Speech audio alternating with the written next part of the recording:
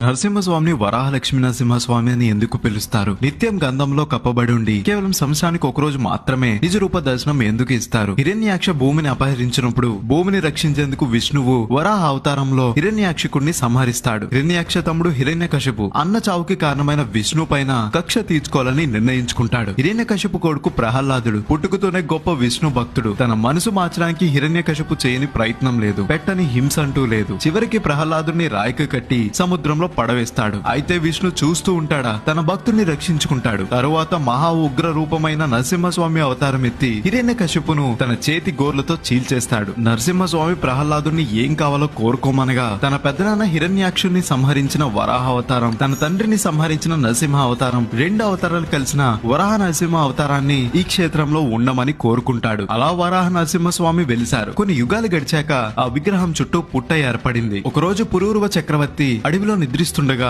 ఒక పుట్టలో ఉన్నానని చెప్తారు. తర్వాత చక్రవర్తి ఆ పుట్టను తొలిచి స్వామిని ప్రతిష్ఠిస్తారు. అప్పుడు స్వామి, ఇన్ని యుగాలు నేను భూదేవి వడిలో ఉన్నాను, నా ఉగ్ర రూపాన్ని ఆమె చల్లార్చి నన్ను శాంతమూర్తిగా చేసింది, మళ్ళీ నా చుట్టూ మట్టిని పేర్చమని అడుగుతారు. అప్పుడు వేద పండితులు మట్టిని పేర్చడం ఇష్టం లేక చల్లదనాన్ని ఇచ్చే గంధాన్ని ఆయన చుట్టూ పూశారు. అలా నిత్యం ఆయన్ను శాంతింప చేయడానికే ఇలా చందనం పూస్తారు. ఈ కథ తెలియని వాళ్ళు ఉంటే వాళ్ళకి ఈ వీడియో షేర్ చేయండి.